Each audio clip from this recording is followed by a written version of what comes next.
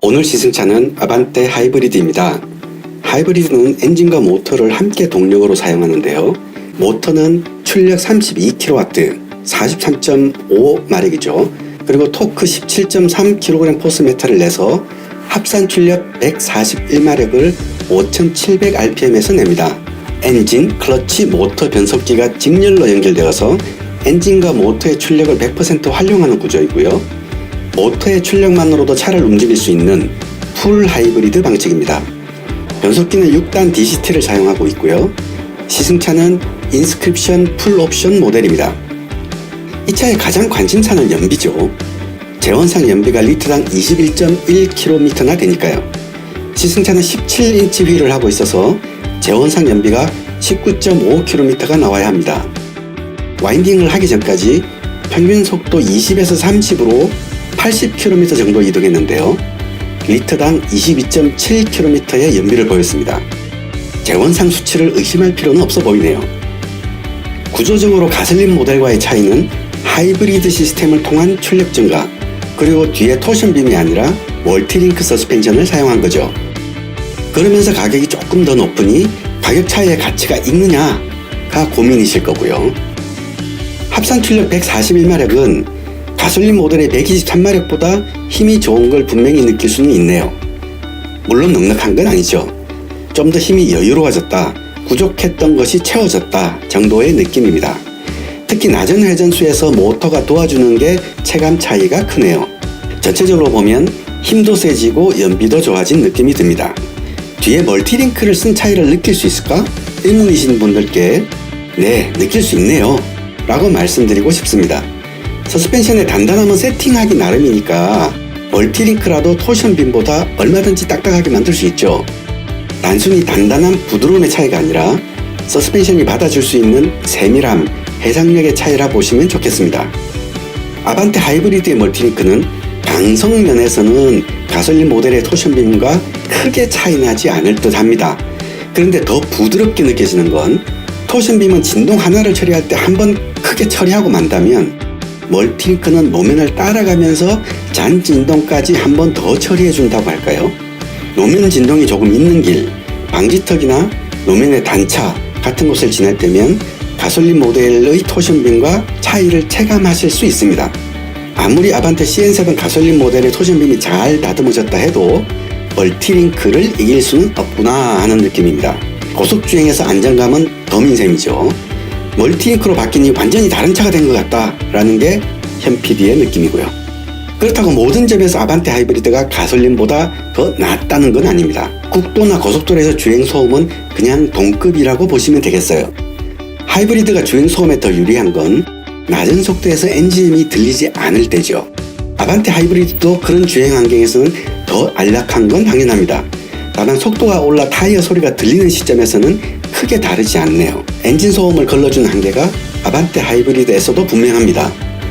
다만 가솔린 모델에서는 고회전에서 IVT 소음까지 더해지죠. 그래서 고회전 주행 질감은 하이브리드가 가솔린보다는 좋습니다. 코너에 들어가면 제일 먼저 느껴지는 게 타이어에 대한 아쉬움인데요. 차의 밸런스로 보면 아직 한계가 한참 남았는데 타이어가 소리를 일찍 내기 시작합니다. 달리기 위한 차가 아니라 연비와 효율을 위한 차라는 걸 보여주는 대목입니다. 그래도 이런 차를 와인딩을 해보는 이유는 거동의 밸런스는 무슨 차든지 갖춰야 되는 기본 덕목이기 때문이죠. 아반떼는 AD 모델에서부터 언더스티어가 억제되었었죠. CN7에서는 거의 뉴트럴 스티어에 다가간 상태라고 지난 가솔린 모델 시승기에서 말씀드린 적이 있는데요. 그때는 뒤 서스펜션이 토션빔이었습니다. 토션빔으로는 거칠지 않고 코너링 밸런스도 좋았었죠. 뒤에 멀티링크를 갖춘 아반떼 CN7 하이브리드는 가솔린 모델에 비해 코너링이 한층 여유롭고 정밀합니다. 같은 차의 토션빔과 멀티링크를 비교해보니 아, 이렇게 다르구나, 완전히 다른 차구나 라는 느낌을 받네요. 같은 횡가속도라도 훨씬 편안하게 받아줍니다. 코너링 중에 노면의 진동을 만날 때도 어떻게든 안쪽 타이어를 땅에 붙여두려고 노력하는 게 느껴집니다. 토션빔에서는 느낄 수 없는 느낌이죠. 하지만 코너링 밸런스가 아무리 좋아도 달리기 위한 차는 아니라는 게 모터가 힘을 내지 않는 105마력은 답답한 느낌이 들 수밖에 없습니다. 평상시 주행에서는 못 느끼겠지만 산길에서 풀악셀로 달리면 높은 고리 하나를 못 넘을 수 있죠. 현대가 낸 다른 하이브리드보다 모터 출력을 더 오래 쓰거나 하는 건 아니네요. 대신 좋은 점은 방전되었을 때라도 충전할 기회가 생기면 바로바로 충전되고 어느 정도 충전될 때까지 기다리게 하지 않고 조금이라도 충전되면 그거라도 바로바로 뺏으려고 노력하네요.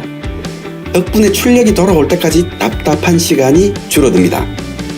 정리하면 아반떼 하이브리드는 발군의 연비로 실용성이 극대화된 차, 가솔린 모델의 부족한 출력을 메꿔주는 차, 그러면서도 멀티링크로 편안한 승차감과 코너링 밸런스를 주는 차, 덕분에 데일리 주행에서 빛을 발하는 차라 하겠습니다. 그리고 아반떼 하이브리드는 가솔린의 변종 모델이라기보다는 가솔린의 상위 개념의 차라는 느낌도 듭니다. 제대로 된 전기차 시대를 기다리는 과정에서 틈새를 메꿔줄 매력 있는 차네요. 안녕하세요. 오토길 김정윤입니다. 네, 김창현입니다. 예, 현지훈입니다. 네, 아반떼 하이브리드, 지금 CN7 하이브리드. 하이브리드가 요즘 관심을 많이 받고 있죠. 네. 특히 처음에 아반떼 요 사이즈의 하이브리드가 걸리게 되면 16, 17 네. 리터다 그 정도였는데 지금 21이 넘어요. 지금 실제로 네. 보니까 아침에 타고 오셨잖아요. 네. 오늘 총 주행거리가 78.1km, 네. 연비가 22.7이 찍혀 있네요. 9시쯤 출발을 했으니까 8시 40분쯤 네. 출근 시간짜란 말이에요. 네. 그래서 조금 막히는 구간, 시내 막히는 길에 또 오셨고. 강변도로, 네. 그리고 또 국도 네. 5개인 거죠. 네. 고속도로만 빼고 고속도로도 일부 중부에서 조금 네.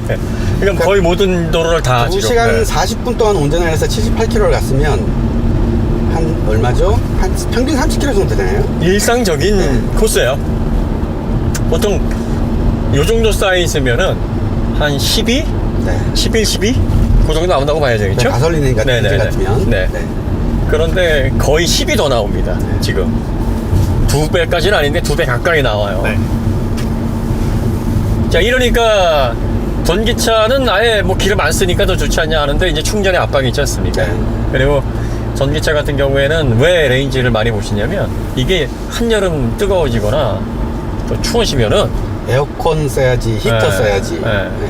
더군다나 또 에너지 효율도 또 그렇죠. 효율이 떨어지니까 나빠지고. 한 3, 40%씩 막 훅훅 떨어지기도 해요. 네. 기온에 따라서.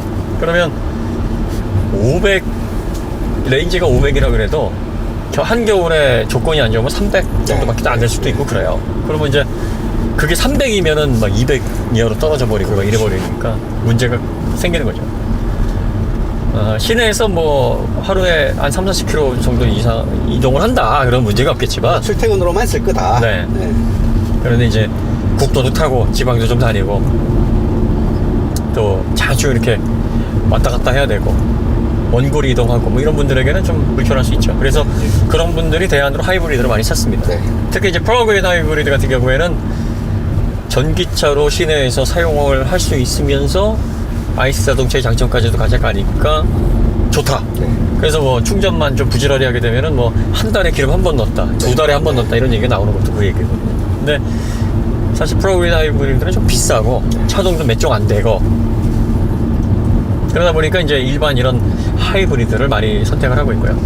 아반떼가 관심이 많으실 거예요. 가격도 2,200서부터 2,800만원. 네, 옵션 다 집어넣으면 한 2,900만원. 지금 이건 2,900만원 세팅인데, 이게 이제 아무래도 1,600부터 아반떼가 시작을 하고, 이것도 2,200이 기본가다 보니까, 풀옵션으로 3,000 가까이 주고 출고를 하게 되면, 내장재는 조금 고급성이 떨어집니다. 3천만 원짜리로 생각하면. 네. 딱 2,200만원 정도의 내장이에요. 요런 패브릭 같은 거 들어가 있는 거. 이런 것들은 좀 그래도 하이브리드다운 친환경적인 소재. 여기다 보통 우레탄 인조가 좀 많이 넣었는데 그 대신 이런 건 없어요. 그 다음에 이건 풀옵션 모델이기 때문에 일체형 디스플레이 들어가 있고요.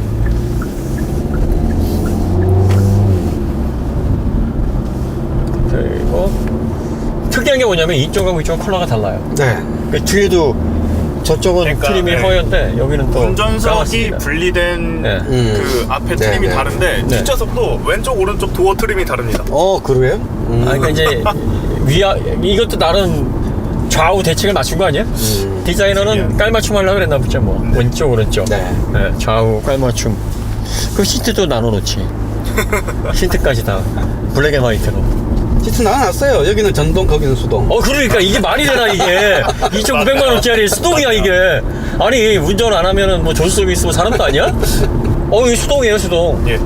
근데 또 가죽 시트야. 가죽인데 수동. 가죽 좋네. 이 천연 가죽이에요. 네. 근데 이것도 웃긴 게 뭐냐면 인스퍼레이션만 사야 돼. 중간 가죽 옵션 하려면. 트립은 가죽 옵션 선택을 못해요. 그러면 또 크롬 장식도 선택 못하고요. 오늘 디펜더 시승회가 있나 보네요. 디펜더 동호회가 왔나 보네. 시승회. 시승회입니까? 네. 미디어 시승회가 있나 보네. 그러면 잠깐 차 세우고 우리 훔쳐갈까요? 아니 3명당 1명씩 이렇게 차 나눠서 뒤에 탑시다. 그러니까요. 네. 그리고 이제 우리 명함 주고서 네. 오토교입니다. 그러면서 아니 현 PD 네. 일하는 거예요? 뭐 하나 말하는 거예요? 저기서 시승회를 하고 있으면 우리가 어디 타고 있어야 돼? 아반떼. 그렇지. 개념이 똑바로 맞춰있다니까. 그래서 뽑은 거야. 자, 이제 와인딩을 길에 들어왔는데 배터리. 우리 아까 카메라 붙이느라고 네. 중간 정도에서 떨어져 있었어요. 네. 그래서 지금 2칸밖에 없습니다. 그러면 이제 좀 있으면 한번 100마력으로. 우리 그 105마력의 위력을 한번 보죠. 그러니까 일단 그럼 프락셀 네. 밟을게요. 배터리에서 에너지가 나오고는 있습니다. 조금 이제 곧 있으면 없어질 거야. 이제 한 칸 네. 됐어요. 어허. 타이어가 잘 받아주진 않네요. 타이어가 키너지 GT가 들어가 있고. 이 타이어 접지가 안 좋네. 조금 돌았을 뿐인데 그러네. 아니 링크 구조를 그렇게 해놓고서 타이어 그렇게 달아놓으면 서운하지. 서스펜션은 뭐 아무것도 증상이 없는데 타이어만 소리를 지르네. 네. 타이어가 이거 접지를 좀 빨리 놓치겠는데요. 타이어가 나지 말아야 될 타이밍에서부터 소리를 내는 거 보니까. 네. 네, 이 에너지 위주에 이게 하이브리드니까 이렇게 집어넣은 거는 뭐 이해가 가는데 추월이 되는 거 보니까 전기 모터가 작동을 하는 모양이네요. 예, 지금 네. 작동하고 있습니다.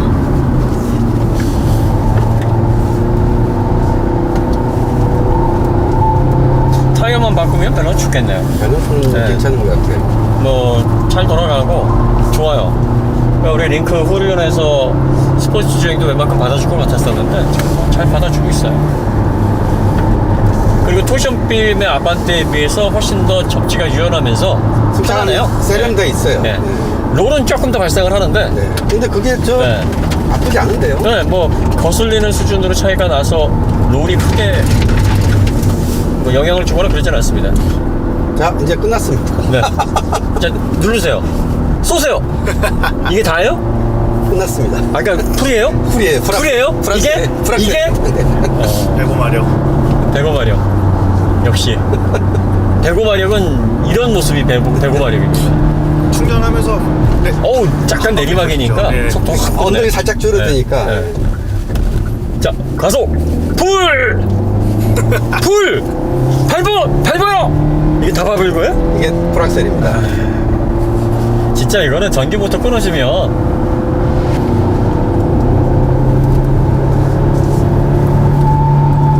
이거 롤에 비해서 코너링 좋아요. 토션빔 아반떼에 비하면 완전히 뭐 다른 차입니다. 이거 거동. 그러니까 거동이 거의 비슷하면서 편하니까 네. 느낌이 확 다른 거야. 네. 그러니까 이게 멀티링크가 이런 데서 우수화되니까 그러니까. 비슷한 성능을 더 편안하게 낸단 말이에요. 사실 근데 이 네. 멀티링크 이 차이는 네. 이렇게 와인딩을 안 해도 네. 일반적인 주행 상황에서 이제 방지턱 넘을 때 그때 확 체감이 되더라고요. 그리고 가장 큰 차이가 뭐냐면 이 파인도로나 접지를 순간적으로 상실했을 때 네. 그때 허둥댐이 없어요. 없어요. 덜해요. 없는 게 그러니까 이 아니라. 멀티링크는 뭔가 몸이 뜰라 그럴 때 네. 다리를 찌가 막 움직이면서 네. 나를 막 찾아. 네. 네. 근데 토션빔은 그냥 떠. 그냥. 네. 그냥 여러분 안녕히 안녕히 계세요, 여러분. 그동안 감사했어요. 그러면서 뜨는 거지. 뜨기 전까지는 접지력이 좋죠. 그죠? 야, 이 105마력 충격과 공포인데? 더군다나 우리 3명이 타고 있으니까. 네. 그러니까요. 에어컨도 켜고 에어컨도 있고요. 켜고 있고. 나보고 아까 밟았는데 뭐 하시나 했어요, 안 밟고. 시선 거주하시네. 왜? 프락셀이었다. 그러니까 계속 밟은 거 아니에요? 근데 밟았네 그러면서. 그러니까 이제 우리 김도라님도 풀인데 본인이 어이가 없는 거야. 어쩌라고 나보고. 나 풀이야 풀. 뭐 어째? 그리고 140마력의 진가는 2구에서 확인하실 수 있겠는데요. 아 그래요? 이 정도 속도라면. 그 이거 어그로잖아. 그렇죠. 이러면서 충격과 공포 발칵 뒤집힌 아반떼 그러면서 이제 끝내는 거야? 아반떼 105마력으로는 발칵 뒤집어진 상황. 지금도 이제 끝났어. 네. 끝나가지고 그러니까 악셀을 떼면서 가속방 시스템에서 잠깐 속도를 줄일 네. 때 한 칸 충전이 자, 되고. 여기서 한번 따라가 보세요. 풀로. 배터리가 없습니다. 야 이게 풀이구나. 이제 105마력이라도 풀악셀을 하면 다 네. 따라갈 수 있죠. 추월하고. 제가 기어가니까. 그러니까 이제 보통 다들 풀 악셀로 풀 파워로 가진 않잖아요. 그렇죠. 그러니까 200마력짜리 차라고 해도 보통 절반 정도 밟으면 100마력 정도 가고 거기에는 맞출 수가 있죠. 근데 넉넉하진 않죠. 막 마음이 끝까지 밟아야 된다는 그런 상황이. 부족해요. 넉넉하지 않은 게. 105는 부족해요. 근데 이제 전기 모터가 같이 있어야 141마력. 전기 모터가 뭐 특성이 이제 그 시작부터 최대 토크가 네. 17kg/가 나오니까 네, 네. 크게 이제 출발하면서부터 전기 모터가 이제 토크가 떨어지는 대략적인 시점이 3000rpm 근처예요. 네. 그런데 이제 회전수가 더해지니까 그게 떨어지는 게 확 안 느껴지는 거죠. 다운이라면서 충전이 좀 이제 되지 되겠죠. 않을까요? 벌써 이제 네, 2칸 됐어요. 요런 게 이제 빨리 된다는 거지. 배터리가 용량이 작으면 요런 게 좋아. 충전이 빨리 되는 거. 그래서 배터리가 큰 게 좋은 게 다 좋은 건 아닙니다라고 하신 건가? 다 나일선입니다.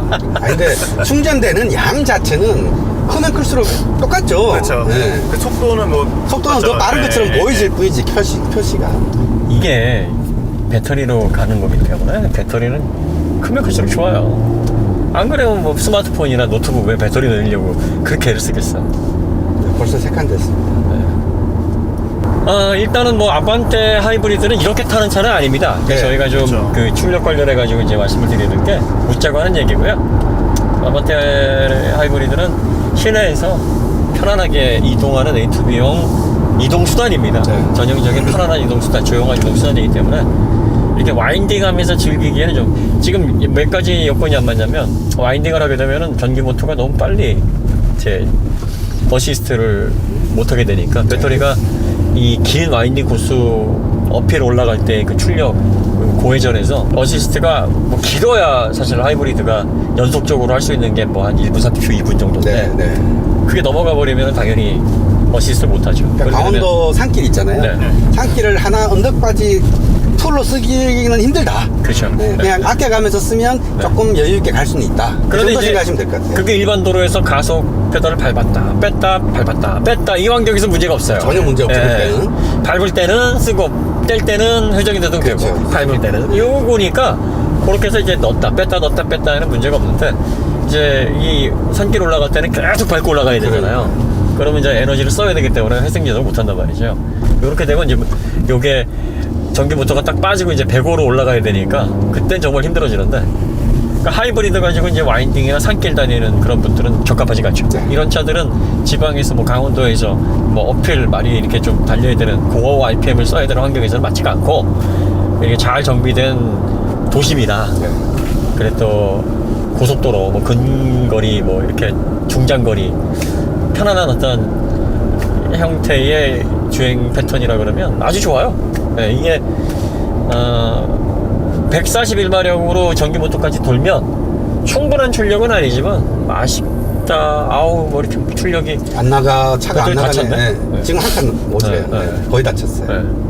뭐 그 정도는 아니고 그냥 딱 기본 1.6 아반떼 123마력짜리의 아쉬움을 보충한 모델이라고 약간 생각하시면 될 것 보충한 같아요. 네. 그 123마력짜리 아반떼가 초반 가속이 좀 너무 없게 느껴져가지고 이것도 CVT 변속기가 달려있고 그러니까 그건 좀 더더욱 이제 와인이나 부드러지거든. 네, 스포츠 주행에 적합하지 않았거든요.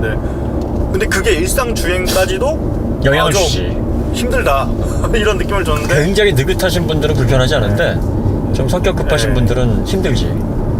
하루하루가 시험이지.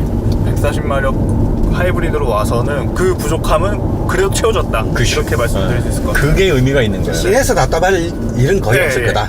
거기에다가 플러스 연비. 연비. 그래서 그거에 400만 원 정도 차이 나죠? 전 모델이. 네, 400만 원씩 차이 나는 것 같습니다. 그러면 이제 그걸 이제 400만 원의 가치가 있느냐 없느냐는 여러분들이 판단하셔야죠. 사실 저는 충분히 있다고 생각하는 게 그 네. 멀티링크로 바뀌고 나서는 완전히 그 다른 느낌의 자동차가 된 것 같은 느낌. 자, 이렇게 비교를 해야 돼. 같은 차의 멀티링크냐 토션빔이냐 네. 이 차이로 비교를 해야지. 멀티링크 아주 잘못 세팅된 특정 모델. 지금 이제 멀티링크 잘못 세팅된 모델 찾기가 쉽지 않은데 그래도 왜 바보 총량의 법칙이라 그래서 아무리 기술이 발전을 해도 바보들은 있다고. 그러니까 예를 들어서 뭐 티볼리 같은 차들이 잘 세팅이 안 된 멀티링크, 또 차고도 높고 SUV고 하니까 뒤뚱뒤뚱 하거든. 그런 모델 들여다가 막 다 갖다 붙이는 거야. 개. 뭐 토션빔만 나오면 다 개 얘기야. 티볼리는 그 멀티링크 중에서 세팅 잘 된 차들이 얼마나 많아. 그 다음에 미니가 또 딱딱하잖아요. 멀티링크. 네. 그거 달리는 고가 특기 점이 멀티링크라고 다 부드럽지가 않대. 그럼 다 미니 얘기해. 어쩌라는 거야. 보편 타당하게 얘기를 해야죠. 그러니까 같은 차에 항상 실험할 때는, 비교할 때는 대조군이 있어야 됩니다. 그 대조군은 같은 조건이어야 돼. 얘는 딱 대조군이 있는 거죠. 그렇죠. 대조군이 없는 비교는 하나 많아야. 그거는 비교를 해서도 안 돼. 종이 다르니까요. 그래요. 네.